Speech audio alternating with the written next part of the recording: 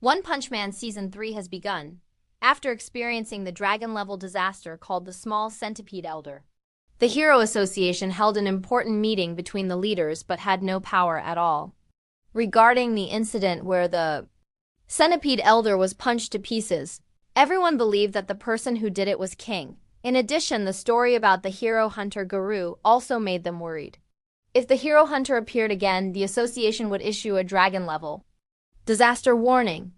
Bang completely failed to eliminate Guru, but he did enough damage to him. Therefore, the possibility of Guru joining the Monster Association and hindering them was considered gone. Some big shots asked to call the first-rank hero Blast, claiming that he was at the top but had been inactive for the past time. Siege explained that the man did not like to listen to anyone's orders. He only did his heroic duties of his own free will. But if one day humanity really needs him, he will definitely take action. At this time, the old sponsor went crazy and asked them to send someone to save his son. It had been 24 hours, and they still hadn't taken action. The person in charge of Seeking Gun stood up and guaranteed to save his son, so please remember his name. At the same time, outside, 3 S-Class heroes were called in to prepare a raid plan. Currently, the Emperor was still trying to determine the base of the Monster Association. By following the underground paths that Elder Z had passed through, there would be a chance to find it. The dwarf Tatsumaki thought that the monsters were hiding somewhere in the ghost town in City Z. Why not level the whole place to find it quickly? After hearing that, the other brother suggested that she be careful because there were still hostages. She was extremely bloodthirsty and just wanted to destroy them all quickly. Although he had been warned that the opponent this time was very strong, Tatsumaki was still very confident. Seeking Gun then projected the image of the mecha, saying that he was investigating alone. Ignoring their instructions, he headed straight into the ghost town. The reason was simple, because he had never tasted defeat in battle. All signals about this hero had been cut off, so now they had to be very careful when acting. No one could tell if the mecha had been defeated or not. Outside, Atomic Samurai and his 3 disciples were also eager to find the Monster Association. Immediately, Black Alloy asked them to calm down because they still had hostages. He smelled the scent of blood and asked what they had just done. Since yesterday, the master and his disciples had been patrolling the mountains and caves to hunt monsters. Unfortunately, they still hadn't found any important clues related to the Monster Association's lair. Atomic Samurai temporarily let his 3 disciples rest to prepare for the big battle in the next few days. At this moment, a handsome face entered. He looked annoyed because he thought that the people who were called were all elites. He criticized the other 3 people as completely unsuitable to appear here. Honey Mask teased Atomic Samurai, saying that if he wanted to go on a picnic with his mischievous disciples, he should go somewhere else. Weak people should only fight weak people. If they quickly die, it would be better. But making others suffer is not good. Hearing this teasing, Atomic Samurai was not happy at all when asked why he participated in this. He learned that while it was happening, the monsters rushed in and ruined everything. Both sides argued back and forth, saying that their 3 disciples would protect their idol, so rest assured. Honey Mask couldn't believe that someone would doubt his fighting ability. He declared that he was even stronger than him. After hearing this, Atomic Samurai was furious. Luckily, his disciples stopped him. Otherwise, it would have been a big deal. The scene changes to the prison now. Pori Pori has been released because the world needs him now. This is called a special measure that goes beyond the law. All of his previous actions are illegal. Although he hates the way the Hero Association tolerates him, this time is an exception. He asks Pori Pori to go out and fight and eliminate the cat that caused heavy damage to this place. Many people have been turned into monsters and taken away. Okay, let me take care of it. You guys go rest. Returning to the Emperor, he has called the Metal Knight, thinking that he already knows the enemy's location. Why not tell everyone? The other side said that their own choice is the best, so they won't listen to anyone. The Emperor asks for more information about his metal armor that was in the battle before, and finds out that it was destroyed by the monster named Orochi with just 1 hit. Even the self-destruct mechanism was disabled. He said he was not afraid of the Monster Association. What he was worried about was that other forces were still lurking in this world as soon as humanity's defenses became unstable. They would definitely act to advise the boy to remember to be careful and not trust anyone. Because if he wanted to carry out justice, he was enough alone. On Narinki's side, he had hired a team of soldiers to find and bring his son back. To be assured, he had equipped them with the latest weapons. He promised that their descendants would have endless fun, so bring my son here. At the same time, Zombieman's side had also discovered something unusual and was monitoring. On Fubuki's side, she was going to Satama's house to tease a member. Before that, a terrible storm had wiped out her team. So she needed to add more manpower immediately. Just as she knocked on the door, she was invited in by a bomb. Inside, all the S-rank heroes were resting here after the battle with the Elder. Witnessing this scene, Genos was repairing himself and asked what she was here for. I'll tell you in advance that I don't accept disciples. I was also asked by the old man to get some medicine for her. Saitama and King were playing games. This situation made the ice and snow hell feel that something was wrong. When men asked why she was here, she said that it was an emergency, and yet she was still playing games. After teasing him, he lay down there and said that there was nothing to be screaming about. They had just returned, so they also needed to rest. Genos agreed with his master and said that it wasn't just her who was having a hard time. They had just fought a giant monster. Fubuki was just surprised why the old man was here. She thought that King alone would be enough. He said he was tired, so he asked Satama to let him rest at home for a bit, while Bomb said that his knee was hurting. It had been a long time since the cousins had used that combination move, so the backlash was quite heavy. The girl heard it and understood, but what was confusing was Sayatama's indifferent attitude, thinking that he was just teasing and pretending to be calm, but he was actually very worried. He was like, "I'm fine," and turned to ask King if he knew why this girl was angry, and he didn't know.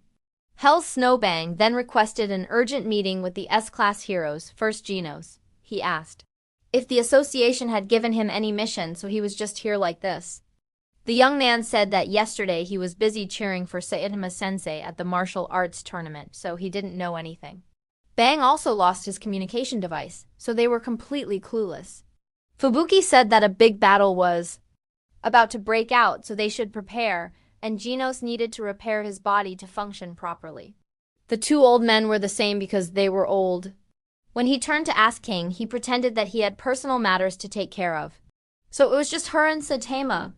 If they could make a contribution now, then the association would definitely appreciate it. The only thing that was unlucky was that he didn't care. As for the Monster Association, they were concentrating their forces. If Garou joined, the upcoming battle would be very troublesome according to Bang. Moreover, if there was a giant monster as strong as Elder Z, then it was really unbearable. Bang advised his younger brother to quit being a hero because if they had died before, King then encouraged Saitama's spirit with a few words, and it was effective. Men was annoyed when the hero hunter didn't come to find him. He also went to buy some cabbage probably because he looked down on himself. At the same time, Garou started to wake up from his coma. He got dressed and said he would go out for a bit, made this young man's memory become vague. There was a welcome letter to the monster association left on the table. Reading this line proved that he had escaped death. After reading it, Garou didn't care about those monsters or anything. Because his body was aching, he needed food to replenish his blood. Being locked here, the young man kicked the door with a light kick. Although he was almost killed by his master, he was wondering how that old man was doing now. Because facing the Elder, it was difficult to survive.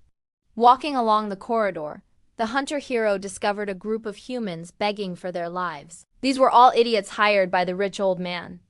Who would have thought that the Monster Association was so large and powerful? Garou wanted to turn those idiots into monsters. This person introduced himself as the G5 God, a demon-level disaster sent to support the Monster Association. Goro heard that and asked to speak to the person who made him. But anyway, he was glad that he had come here. As for Garou, he was also discovered. The other party's voice was transmitted directly to his head, surprising him. As for the God G5, this person said that the other group's clothes might be useful in combat. However, it was a bit difficult for the monsters to use, so it was best to turn them into chess pieces to control. Hearing that, Miss B2 used her ability to turn all of those people into slaves. At this time, Garou confidently stepped forward, causing the entire audience to become silent. Surprisingly, there were many Garou supporters here. The young man was quite concerned about the giant monster behind him. Asking what they wanted, Gyuro said that the number of demon-level monsters had decreased. Because they were lacking in leadership, they wanted to ask Garou to become an officer of the association to support them. The others were also jealous when they heard that, because this was a love. The other party admitted that he was someone with anti-hero ideology. However, the Monster King Orochi wanted one condition. That is to prove that you are really a monster and bring back the hero's head by any means within a day. The Phoenix also informed him that the people who fought with the Centipede Elder were still alive. As soon as this young man left, 2 others were called to secretly follow him, to see if the hero hunter was on the monster's side or not. While the Monster Association was growing stronger, there was a group of humans who were afraid of death.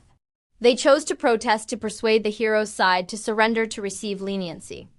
If they continued to resist, they would definitely be wiped out, so the monster-worshipping party was born. An uncle who opposed this stupid idea ended up being the target of being attacked. Unfortunately, Garou happened to pass by and heard the whole thing. Although it was not a good thing, he still helped. If you sacrificed just to save yourself, you guys were too contemptuous of those monsters. You didn't expect human society to be so easily shaken. No wonder the monsters are getting stronger and stronger. Crime is rampant everywhere now. Garou doesn't know if the strongest monster like him can still make an impression. He hasn't gone far when there's a fight ahead. The police are very busy right now, so they don't pay much attention to these criminals. The big guy is talking nonsense when Garou chases him away because he's blocking the way. He's holding a knife and stabbing at him, but he's not that old. The young man gently breaks the broken knife, scaring the opponent until his bottom bleeds. In the young man's mind, he thinks that he's different from a normal monster. He has to create real fear to make these bastards eat. Because he's hungry and needs a lot of energy, he ordered a super thick steak to eat with rice. Garou just ate it all in a few minutes and still didn't feel like he had enough. So he ordered a few more portions to eat happily. A whole table of delicious meat was laid out. Everyone who witnessed this young man eating was shocked. What kind of person could eat so much? The ending was not beyond expectation. He was almost dead. Luckily, there was a water bottle, so he took a drink. When he finished, his body was also said to have recovered. Coincidentally, Saitama had just finished eating at the table above. He asked her to take out the money to pay, but unexpectedly realized that he had dropped his wallet. Most likely, the lady who went to the supermarket had lost it somewhere. Genos was broken, so he couldn't call. 2 restaurants had just sent out warnings about robberies and pickpockets. Hearing it was so bitter that he found it hard to accept. While the former heroes contributed to the country, he was picking up money. It was a bit strange. Saitama was pushed into a dangerous situation and didn't know what to do now. This must be the biggest crisis this year. Right at this moment, the beautiful Fubuki came to call. But he was scared to death because he thought the employee came to ask for the payment. When he asked her what she was doing here, she said it was a bit difficult to find him. Knowing that he was searching for the hero killer, Fubuki promised to help, but in return for the success, she had to share 70%. Saitama cleverly ordered another plate of fries. Right now, Men is a top 7 B-rank hero. From now on, climbing to a higher rank will be difficult, so cooperation is necessary. Who knows, maybe after this time he will climb to the top 5. But to do that, I will definitely need your cooperation. Fubuki has more information than anyone. It is highly likely that Saitama still doesn't know the face of the hero killer. The other woman has a bad habit of asking men to be her subordinate so she can provide information. Right when the plate of fries is brought out, the bald man gives it to her. Thinking that she was invited, she happily thanks him. Seeing the fish bite, Saitama smiles like a pervert. Fubuki has the illusion that he is happy to work for her, so Men has joined the gang. The next second, Garou ran away from the shop because he didn't have any money. But the alcohol still thought he was talking to him and he was sweating profusely. But he had the chance to pretend to chase after the swindler. When he was called back, he told Fubuki that he had eaten so he should pay. The other woman was so shocked that she froze on the spot. She didn't expect this bald guy to be so sad.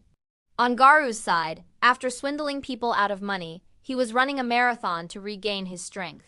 Before that, when he was treated by the monsters, he agreed, but the condition was that he had to bring back the head of a hero.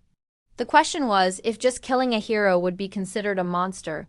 That wasn't true. Just touched his shoulder and the punch landed on his face. Saitama was like, "I'm leaving because we're both accomplices, so I'll let him go." Once again, the hero killer was taken down in a flash, afraid that he would be exposed because there was a witness, the kid. But when asked if he knew who he was, the kid shook his head. So he was so surprised that the guy who teased him also borrowed the book to read. And indeed, it didn't mention him at all. He was so disappointed that he turned around and left. After being knocked unconscious for a while, Garu finally got up. The kid called the bald hero and said it was an accident, and he left. Knowing that he had lost to the hero killer felt unbelievable. When asked for details about the last time, the kid said that his uncle had been hit in a vital spot. At this moment, the two monsters who were sent to monitor him appeared. All day long, he had not done anything like a monster. That was why he was sure that Garu did not have the same temperament as them. After listening, the young man asked the little boy to run home immediately.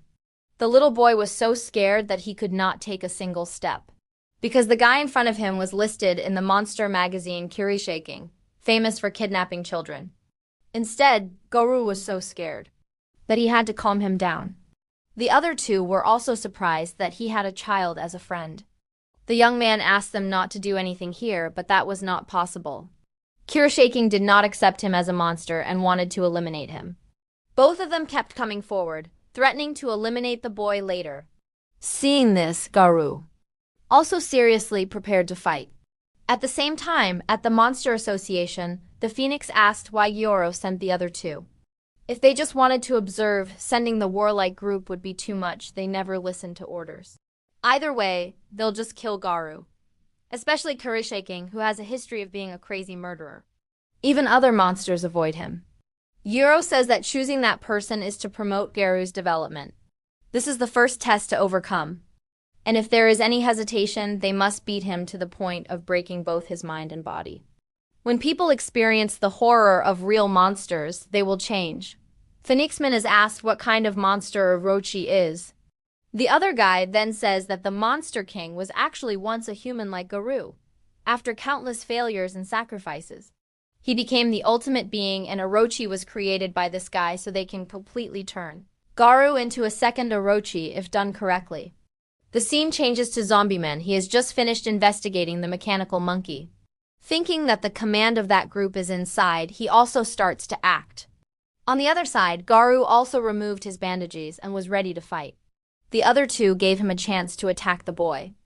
Because if he was a monster, he would no longer have humanity, unlike the way he stood up to save the boy. He asked him to prove it so that he could become a member of the Monster Association. On the contrary, they were willing to do anything. When he saw Garu lose to the hero so easily, his value was reduced. Being criticized like that, the young man was very angry and asked Ku to run home again. He told him not to expect someone to just reach out and save him just because he fell down and to stand up on his own 2 feet. At times like this, the only way to survive is to become stronger, understand? Terio heard and stood up right when Kirisha King attacked. Unfortunately, Garu's martial arts were no joke. He immediately blocked the attack and then stabbed him in the stomach. The opponent was quite tough, so he was still able to stand. Since the two sides did not have the same opinion, the only way was to kill each other. Garu did not just call them to make him announce. On the other side, Zombieman stood up and announced that the people of the evolutionary house had been captured, saying that he knew your plot, so stop acting. The monkey then apologized and said that the evolutionary house had been destroyed a long time ago. After hearing that, Zombieman was speechless and was invited into the restaurant. After meeting Dr. Janus, Zombieman questioned him about the disappearance of the evolutionary house. On the contrary, the other side was also surprised when the experimental sample number 66 became one of the heroes. It has been 10 years now, and Zombieman has really changed himself. Speaking of this, the young man was angry and wanted to kill him. Dr. Janus also answered the question of why the evolutionary house disappeared. It was because he had realized the truth of power. After witnessing the power that far surpassed all artificial evolution of that prankster, there was no more interest. That person had surpassed all human limits. This was absurd because no matter how hard a living creature tried, there was always a certain limit. Using too much power would put pressure on the subject, leading to chaos. or worse, becoming a monster and losing all humanity. According to the doctor, God programmed creatures to only evolve within a range that did not lose their reason or purpose of existence. But somehow out there were still some people with evolutionary potential that was completely contrary to the laws of nature. One of them was Garu, who was having to balance two extremely powerful monsters. It was true that his martial arts were very formidable, but Kirishaki was no less. Garu magically avoided fatal slashes and then found a way to counterattack, but every time Muzugami would sneak up and attack. With a large body, the power from his attacks was so from the hero killer. This area was still crowded with monsters as usual, so the white-haired man had to kill them all. Another important thing was that I had dropped my wallet, and there was about 6,000 yen in it. After listening to the tape, I thought it was something basic. Men remembered another thing, which was that he had forgotten the bag of cabbage at the restaurant. Hearing that, Genos volunteered to get it, but was stopped by the ice because his body was not stable yet. At this moment, the beautiful sister Fubuki returned home. The others were so happy, especially Saitama when he left to pay. She also brought back the cabbage, making the bald man grateful. She asked for an apology because in this world, there is no son who would let his daughter stay to pay. The ice and snow of hell said that this time men owed him a lot, so he would have to listen. Genos was worried that this woman was clinging to her teacher because she wanted to be his disciple. If so, Nam would be even more tired, so he had to rest. At this moment, there was an emergency signal while everyone was calm and not yet recovered. This way, he would win the demon-level opponent, so he was about to lose. The remaining person who could fight was the king, so the young man also brought him out to see the situation. When he opened the door again, he heard the sound of the king engine beating continuously, accompanied by a strange guest, Dr. Kuseno. Worried about Genos, personally came to find him. He had just finished fixing it when he received a request signal. Even though he had upgraded and increased the fragrance significantly, Genos still lost. But he was happy that he was just alive and did not need to win. Here, the doctor was also introduced to Saitama. The old man expressed his joy that Genos had someone as wonderful as men. He was about to say a few more words when the drunk man asked everyone to disperse. Genos also reminded the doctor to summarize it in 20 words. Hearing that, Kasano brought out a box of premium beef to give away, with this statement. The bald man was really happy and immediately changed his attitude towards greeting people like that. Fumuki realized this and was helpless, not expecting Saitama to be that kind of person. In order to avoid those people staying to eat for free, he was also itching to go home. At the same time at the Monster Association, Kirishaki announced that Garu was a failure and had been killed. Gyoro knew we were lying, so he asked for the truth. Muzugami said that the other guy was just a half-baked person who was automatically a monster. That kind of person could betray the organization at any time, so there was no need, and the artist Gyoro was not responsible. They themselves were also quite commercially successful, so Garu must be very strong, Kirishaki had to admit. That, if it was just one person, then it would definitely be the captured people were very worried about Garu. Because they had no value, so Kirishaki was ordered to deal with him. This monster thought that it would be fine to just leave it there and play with it occasionally.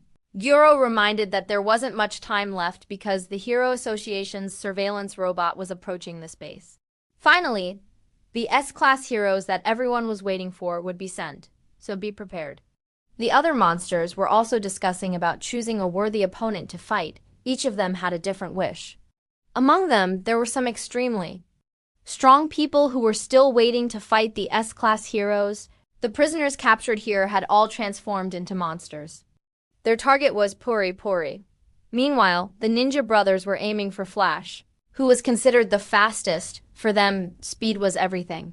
How could the machine heroes react to the speed of the ninja? Both of them were training at the same time, talking about people with superpowers. However, that was not a problem because if you kill them quickly, they cannot be activated. Terio was taken somewhere by Kirishaki, and he happened to meet G5 here along with the head of the Metal Knight.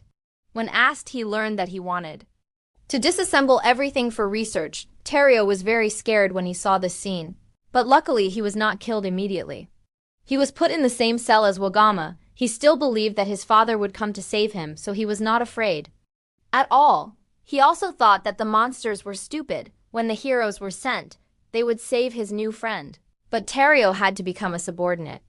At this time, the Mud Devil outside threatened that no one would return alive. Even if they were S-class heroes, they would die.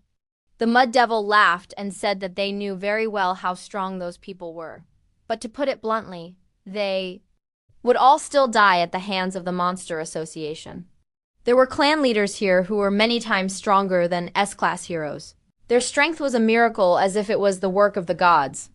Among them, there was the Black Loyalist, or the Homeless King, or a giant dog with unstoppable destructive power. In addition, there were still many other special faces that were extremely strong.